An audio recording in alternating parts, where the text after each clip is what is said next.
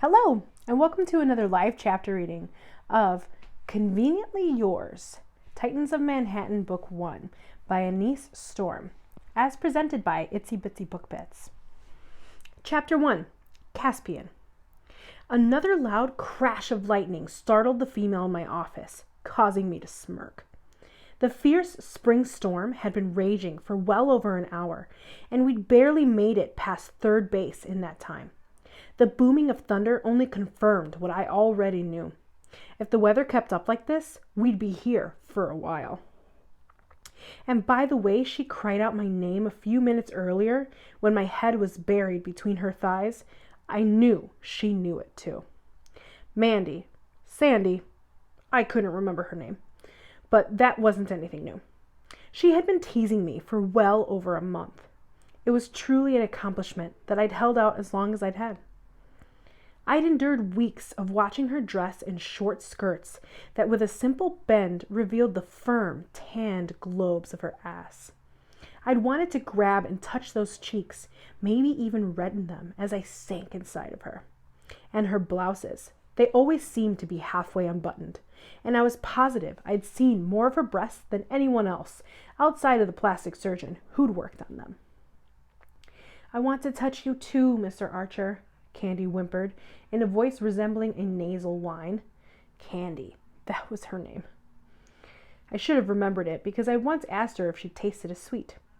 I didn't really care one way or another, though, because after tonight, I'd never see her again. As soon as her temporary assignment was over, I decided to fuck her. I looked down at Candy, lowering my gaze from her brown eyes and plumped up lips to her perky breasts, which were spilling out of the lace cups of her designer bra. Everything about her was fake, from her accent to her body. But then again, what did it really matter? Tired of hearing her voice, I took a few steps back so Candy could drop to her knees. I'd let those bubblegum painted lips wrap around my cock, if for no other reason than to shut her up.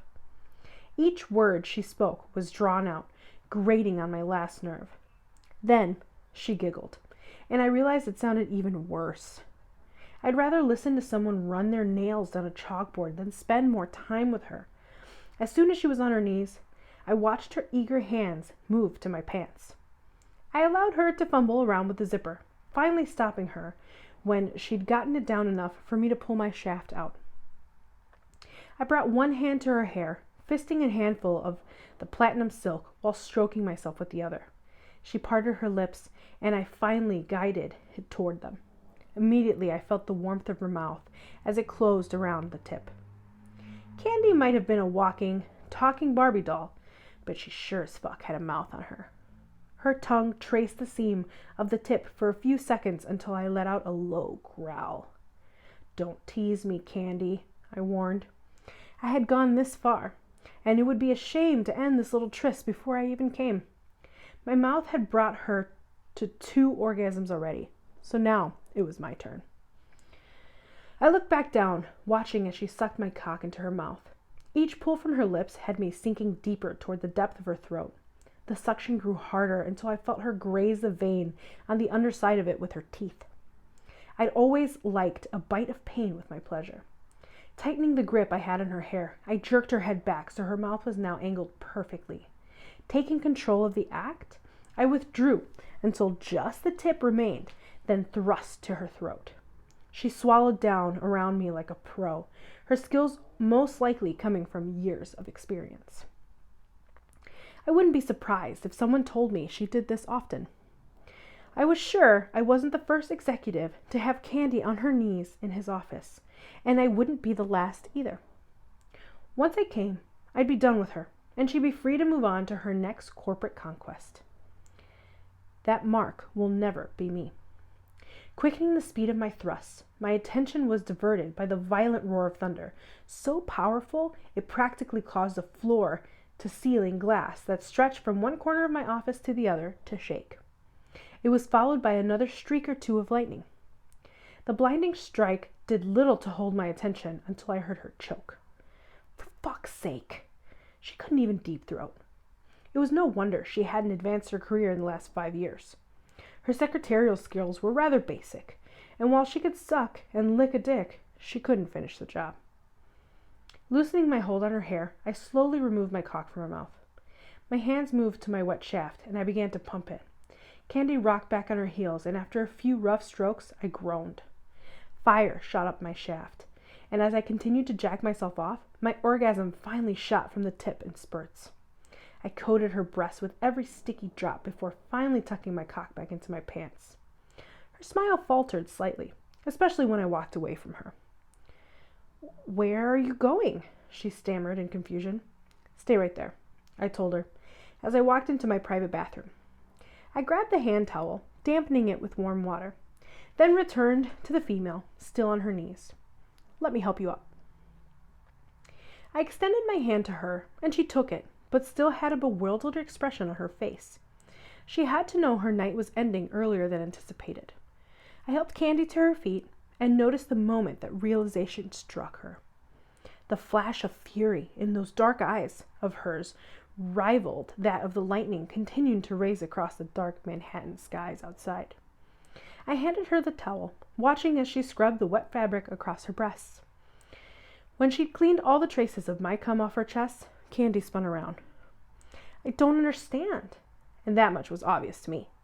She continued, however, "I thought you and I were having a good time."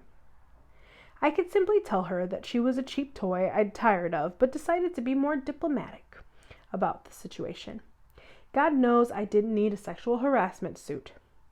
"I wouldn't have stayed if this was all you were going to do," she said softly. "And now it's pouring outside, too." Her plump lips, swollen from the fucking I'd put on them, formed a pout. Now she was whining. The one thing I hated above all other things were clingy, whiny women. Candy would fall into both categories. It was the reason I'd never date someone like her. My tastes were much more sophisticated, and the women I actually dated reflected that. Another loud boom sounded, and this time, even I flinched. Candy tugged at her tight black miniskirt before storming toward the exit, but before she opened the door, she turned to me, leveling me with a drop-dead glare that would have made me chuckle any other time. "Surely you knew this wouldn't lead to anything, Miss Roberts," I said, more as a question than a statement. "You'll be sorry," she told me, and quicker than lightning outside, I was at the door, having spun her around to pin her between it and me. "Are you threatening me?" I asked. She shook her head. "Of course not, Mr. Archer. I just meant—" Her voice trailed off, and I heard her choke back a small sob.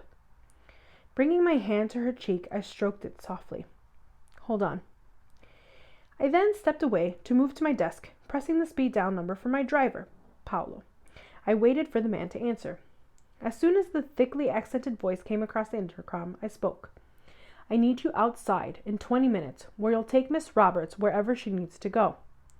My driver agreed, so I disconnected the call. Candy looked hopeful that I hadn't thrown her out immediately. Crooking my finger at her, I motioned for her to come closer. As soon as she did, I spun her around once more, this time bending her over my desk. I pulled her skirt up to her hips, then palmed each ass cheek before giving one a firm smack. Candy's thong was the same shade of red as the lace on her two-tone bra.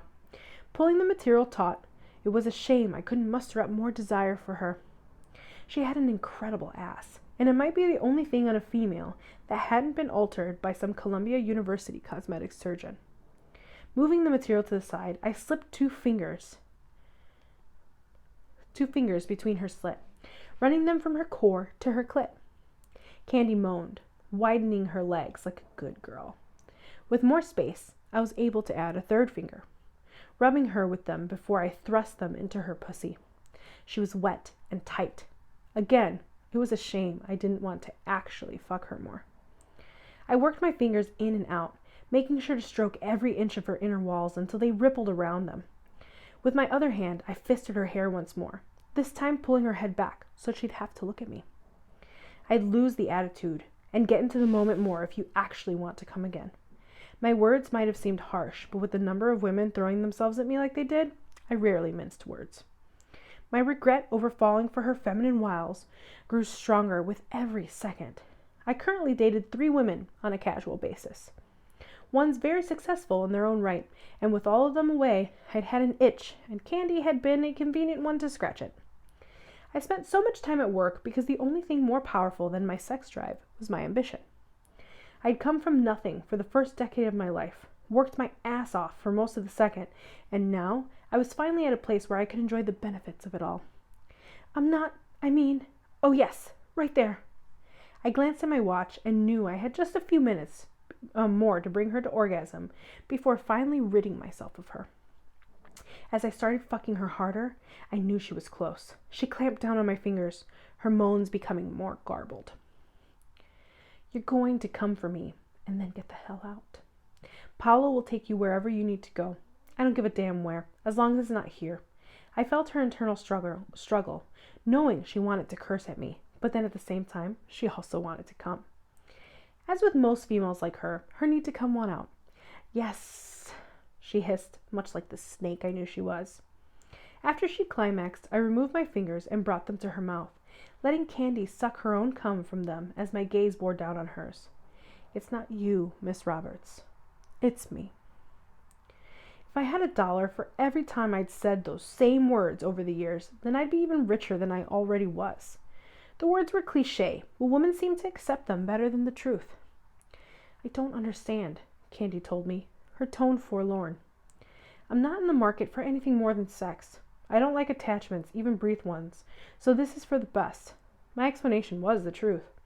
I enjoyed being a bachelor, and that'll never change. We could have been good together, Mr. Archer. It would have been a lot of fun. She responded once again, hopeful she could downplay things so I'd keep her around. I knew how women were, even having heard this one talking to another temp when in the courtyard at my lunch. I was about to say something else, to dash any remaining hope of hers, when my desk phone started to ring. Looking from the female to the caller identification, I cursed but pressed the answer button. Yes? Is that any way to greet your uncle, son? The man said, and this time I did chuckle. I hit the mute button, then looked at Candy.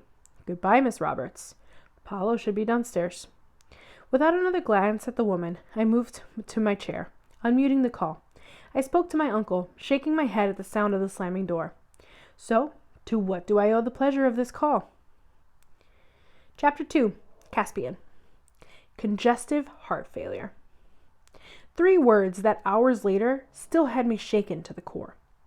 My uncle's call that late on a Friday evening hadn't been good, just as I'd expected. I knew the man who'd pretty much raised me had been a lot more tired lately, but I'd chalked it up to 3-month cruise he'd taken around the world a few weeks earlier. Now I was looking back on previous conversations and meetings with Preston, trying to determine when I should have detected something. Scrubbing my hand down my face, I couldn't think of a single damn thing. Fuck, I cursed, letting out the frustration that had built over the last few hours. Preston had an appointment with a world-renowned cardiologist Monday at Columbia University Medical Center, but it was too many days away. I'd suggested that my uncle should go to Stony Brook, Southampton, but it was the emergency room he'd just left. I hadn't been able to let it go, even checking the concierge medical club he paid top dollar for, but there was no physicians within it that dealt with that particular specialty. My hands were literally tied. When I'd struck out there, I'd left my office intending to drive to the Hamptons to spend the weekend with him, but Preston had told me it wasn't necessary. From Archer Enterprises, I left in my Diablo Red Aston Martin DB11 coupe. The storms had still been raging on, so I'd gone straight home to my penthouse on Park Avenue. Now I was looking out the floor-to-ceiling window, watching what remained of the rain as it dripped steadily down the glass outside. I'll be fine, son. I just want you to be the first to know. My uncle tried downplaying the diagnosis, but we both knew why it would bother me as much as it did. It was like deja vu. All I could think was that this couldn't be happening to me. Again. I'm not Anita Caspian, and this is a different problem. Anita Archer Williams had been my mother. She died when I was 9 years old. Like her brother, she also had a heart issue, a defect she battled throughout her entire childhood. She'd left her only son, and had it not been for her brother, even I had no idea where or who I'd be today. I was 28 years old, and had been under my uncle's care for the last 18 years. The man had been a godsend. rescuing me from a bad situation and altering the course of my life forever. While I like to believe I would have still ended up in second in command at Archer Enterprises, I was realistic enough to know I would have ended up in jail or dead instead. That's all for today. Hope you enjoyed the chapter reading of Conveniently Yours by Anise Storm. Have a great day.